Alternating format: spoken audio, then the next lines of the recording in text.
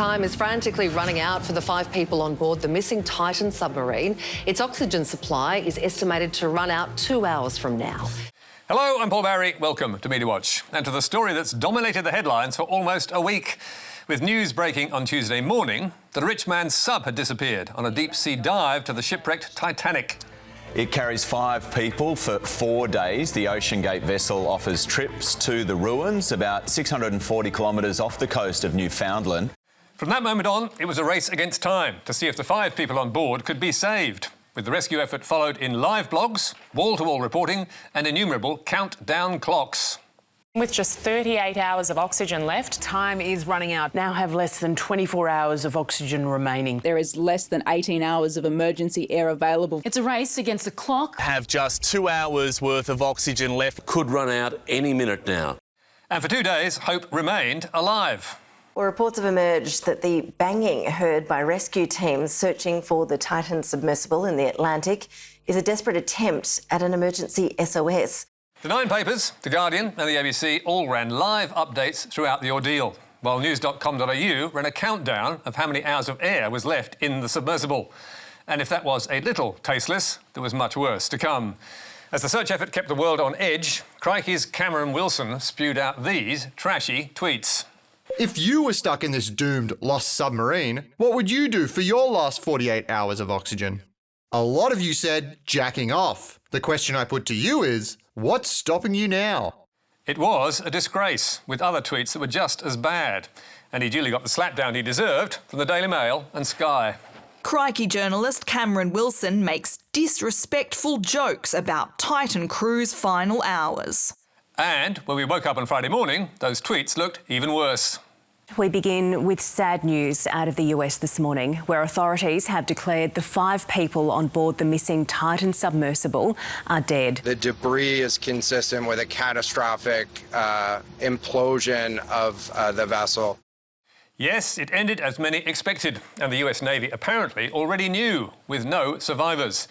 By which time, the Australian networks had sent reporters to St John's, Canada and Boston, USA to cover the tragedy. And the papers were gearing up for an orgy of analysis about what went wrong. Meanwhile, a much more serious maritime disaster had barely made a splash. The world rallied to find missing Titan sub, but ignored shipwrecked migrants. Yes, only days earlier, hundreds of men, women and children drowned in the Mediterranean after Greek coastguards and the European Border Agency had failed to come to their aid.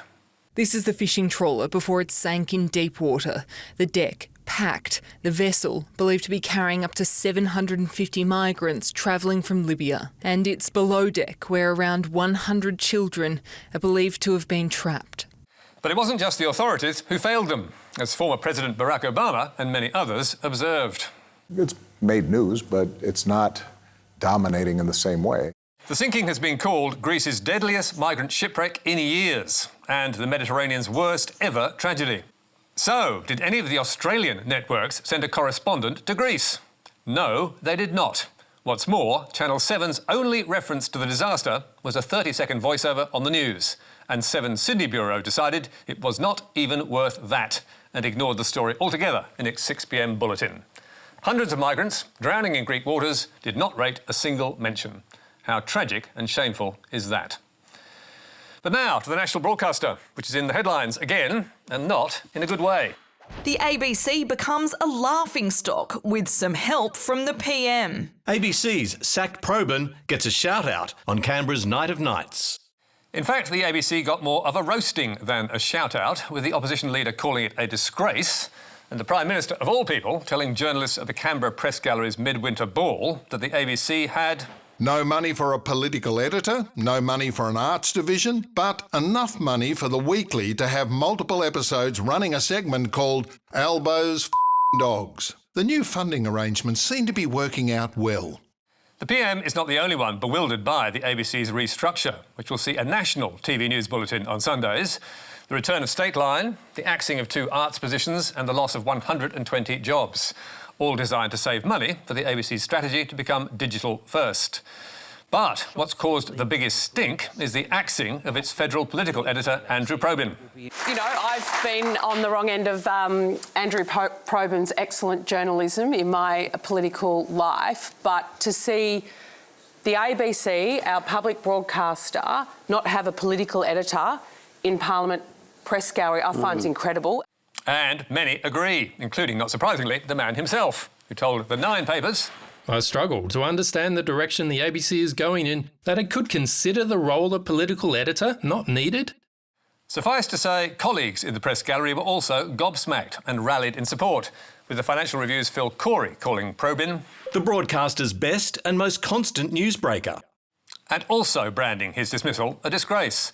While on radio, Gareth Parker, Nine News director in Perth and former colleague of Probyn's, told 6PR, he is a man who works hard, who has integrity, who plays it straight and who knows how to break a story. What organisation doesn't need someone like that? It's ridiculous.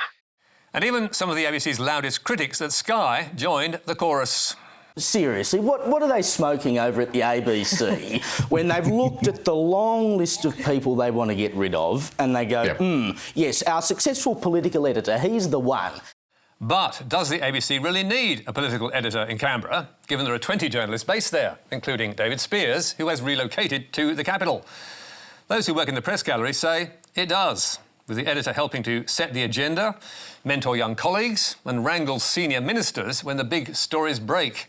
Or as political reporter Karen Middleton puts it, Prime Ministers, opposition leaders, key parliamentarians are always going to go to the senior person. And if they don't know who the senior person is, I think that disadvantages the organisation. But the ABC's head of news, Justin Stevens, says the political editor role and its focus on the flagship 7pm bulletin is not needed for the future. What we need to do out of our Canberra bureau is structure it in a way that services audiences across the board. So at the federal election last... Andrew's, I mean, he doesn't only do 7 o'clock, does he? He's not someone who's allergic to working away from the 7 o'clock, is he? Sure, and he's done fantastic work for the ABC. Clearly not fantastic enough. Despite helping expose Senator Lydia Thorpe's undisclosed relationship with an ex-bikie, the role of Australian intelligence in catching the Bali bombers, and the first interview with Witness J, the former intelligence officer tried and jailed in secret. And the day before he was axed, scoring an exclusive interview with Liberal MP and former SAS Captain Andrew Hastie about the Ben Roberts-Smith verdict, which was published on the ABC website 2 hours before it was on the 7pm news.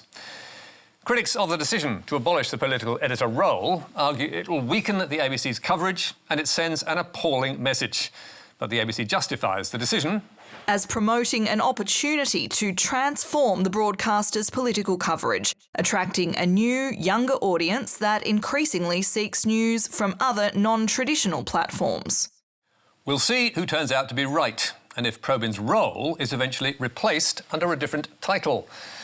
And one clue to that already happening comes from ABC Friends, who, after meeting with the managing director, wrote, a new person will be appointed to head up the Canberra team soon. If that is indeed the case, then the PR fiasco that the ABC restructure turned out to be has some way yet to run.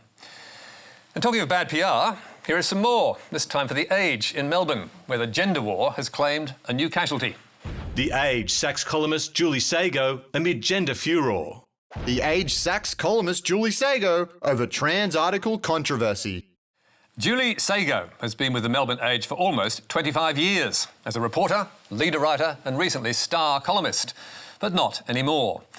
Earlier this month, Szego was cancelled after a row about a news piece she'd penned for the paper, thus seeing her join high-profile female columnists like The Guardian's Suzanne Moore and Hadley Freeman, who claim they were forced out of their jobs because of what they wrote on transgender issues. So, how did Szego's sacking play out? A 5,000-word article that The Age rejected, now published on Substack, tackled the subject of children transitioning and included growing doubts among doctors in the UK, Scandinavia, France and Spain over the use of puberty blockers and cross-sex hormones. It was just outlining the fact that there was a kind of emerging international debate about whether that treatment whether the benefits of that treatment outweigh the long-term risks. I think it represented all voices and it was just a very clear-eyed look at what was going on. To me, the article seemed cautious and considered and certainly newsworthy. But Jackie Turner, director of the Trans Justice Project, does not agree, disputing its accuracy and telling us, "What worries me is that many of the sources that Szego references in this piece are ideological, misleading or explicitly anti-LGBTQIA+. But whatever its merits, and the editor of The Age apparently believed it was OK, editor Patrick Elliott refused to publish it. He said that it was good, it was fine, there was nothing substantially wrong with it. He said that he couldn't publish it under my name because doing so would carry a perception of bias and that it would damage the reputation of the masthead. And why was there a perception of bias? Elliott told Szego she had written columns for The Age on trans issues and revealed her opinions, and that disqualified her from writing news. Now, it's worth noting The Age does not apply that rule to all its journalists. Peter Harcher, for example, pushes out caustic columns on China while also writing news stories like Red Alert. But back in April 2022, Szego did indeed write this column. Trans rights should not automatically trump the rights of other groups. Which, as she put it, challenged some aspects of gender identity ideology and clearly upset trans rights activists and some younger journalists at The Age. Then in August last year, Szego lit the fuse again with a news piece that did make it into the paper. Absolutely devastating. Woman sues psychiatrist over gender transition. This detailed the case of a 31-year-old Sydney woman who transitioned to male at 19 but now regrets doing so and is suing her psychiatrist for allegedly allowing her to have a hysterectomy and double mastectomy without proper assessment. She told The Age and the Sydney Morning Herald, "Knowing that I can't have children is absolutely devastating." Szego says both pieces faced pushback in the editing process, with attempts to insert trans activist talking points into her copy, and then backlash on publication. People got very upset about some of the stuff that I wrote, both inside and outside the paper, as I understand it. And at one point, a person from an LGBTQ organisation was called in to give a talk to the staff on avoiding harm in their reporting. After that, says Szego, she was not allowed to return to the subject, either in news or opinion. So in the end, I couldn't report on the issue. I couldn't commentate on the issue. And yet trans issues were in the news every day. Szego's spiked news story only escaped that ban because it had been commissioned 2 years earlier by The Age's previous editor, Gay Alcorn. But after Szego filed it last September, it sat around for months because no one wanted to make a decision. Then the new editor, Patrick Elliott, arrived and canned it, whereupon Szego published it herself and told her Twitter followers, "If you want to know why this piece was rejected, you'll have to ask the editor." Szego followed that with a swipe at a group of colleagues at The Age whose pressure, she believed, had brought her down, branding them a committee of woke journalists redacting words they deem incendiary, such as male. And that jibe was too much for Patrick Elliott, who sacked her. He told me by text message that he can't have journalists, columnists disparaging the paper and that he won't be commissioning any more columns from me. So, is it reasonable for The Age to shut her down? Elliott told MediaWatch, Julie Szego has repeatedly and publicly disparaged The Age and the people who work for it. That is what prompted the decision to discontinue her regular column. Her suggestion that gender identity politics played a part in that decision is baseless, no matter how many anonymous trolls amplify it online. And one Melbourne writer and trans rights activist, Natalie Felix, believes Elliott made the right call. She told MediaWatch, The Age has every right to refuse to publish an article and every right to be outraged and disgusted by the insults she publicly threw at them afterwards.